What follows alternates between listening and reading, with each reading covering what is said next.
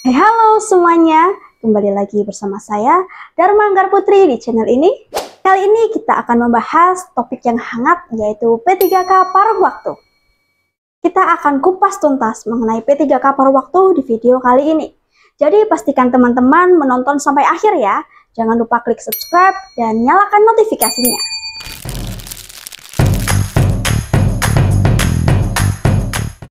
Seperti yang kita ketahui, pada Undang-Undang Nomor 20 Tahun 2023 tentang ASN, di situ disebutkan bahwa ASN terdiri dari PNS dan P3K.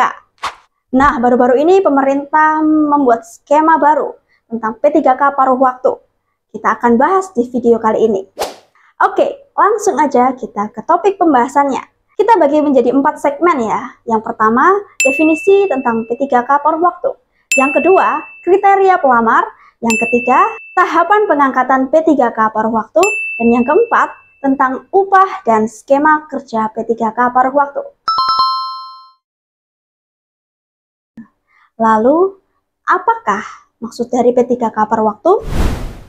Nah, menurut keputusan Menpan RB nomor 16 tahun 2025, di situ disebutkan bahwa P3K paruh waktu merupakan pegawai ASN yang diangkat berdasarkan perjanjian kerja dan diberi upah sesuai dengan ketersediaan anggaran instansi pemerintah. Inilah yang menjadi pembeda antara P3K paruh waktu dan P3K biasa.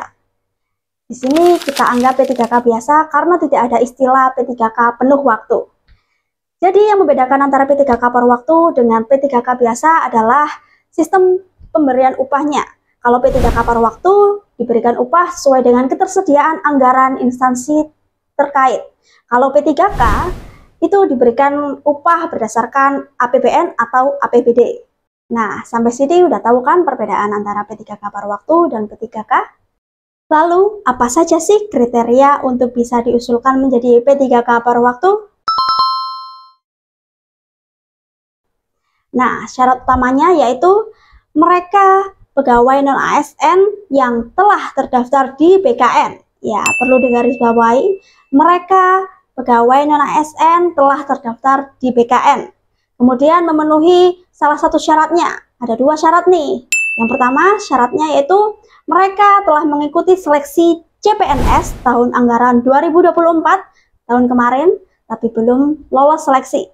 Nah, ini mereka bisa langsung diusulkan menjadi P3K paruh waktu. Atau syarat yang kedua, yaitu bagi mereka pegawai non-ASN yang telah terdaftar di BKN yang sudah mengikuti seluruh tahapan seleksi P3K tahun anggaran 2024, mulai dari seleksi administrasi sampai seleksi CAT, baik itu tahap 1 ataupun tahap 2, tapi mereka belum bisa mengisi kebutuhan lowongan yang ada. Tentu ini disebabkan oleh beberapa faktor.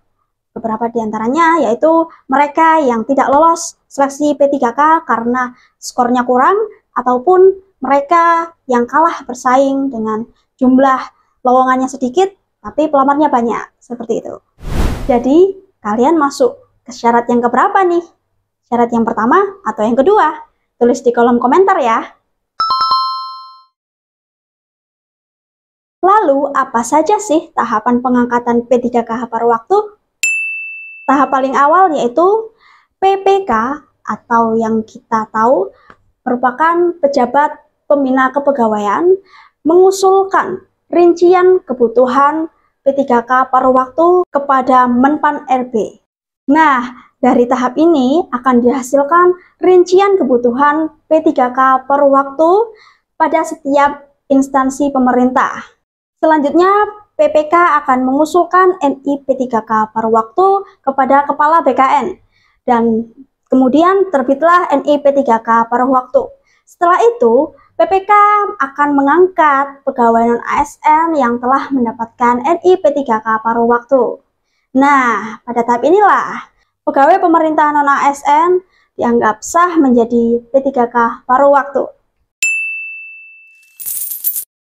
Ini yang paling sering dipertanyakan. Perlu diketahui, seperti yang saya sebutkan di awal tadi, P3K paruh waktu ini diberikan upah berdasarkan anggaran instansi masing-masing ya teman-teman.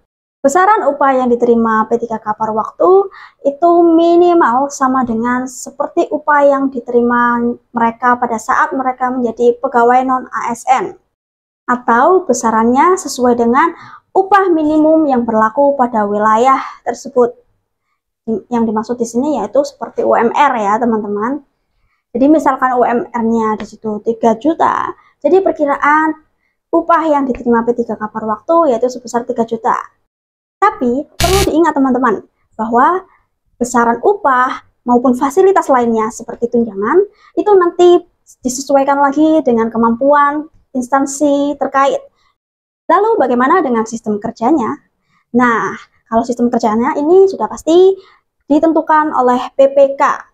Kembali lagi, ini berkaitan dengan pemberian upah ya. Jadi jam kerjanya berapa, itu akan berpengaruh kepada upah yang akan diterima. Disesuaikan lagi dengan kemampuan anggaran instansi terkait. Oke, sampai sini mungkin udah tergambar ya. Lalu pertanyaannya, kapan P3K paruh waktu ini diangkat menjadi P3K? Nah, jawabannya tentu melihat formasi yang tersedia. Nanti sistemnya seperti pengangkatan P3K paruh waktu sebelumnya, yaitu tahapannya mulai dari pengusulan kebutuhan P3K oleh PPK, kemudian sampai turun NIP P3K dan diangkat menjadi P3K. Oke, itu tadi penjelasan singkat dari saya mengenai P3K paruh waktu. Semua penjelasan yang ada di video ini bersumber dari Keputusan Menpan RB nomor 16 tahun 2025. Buat teman-teman yang masih kebingungan, kalian bisa langsung cek di peraturan tersebut. Atau kalian bisa tinggalkan pertanyaan di kolom komentar sebagai bahan diskusi kita ke depannya. Sekian video kali ini, sampai jumpa di pembahasan selanjutnya. Bye-bye.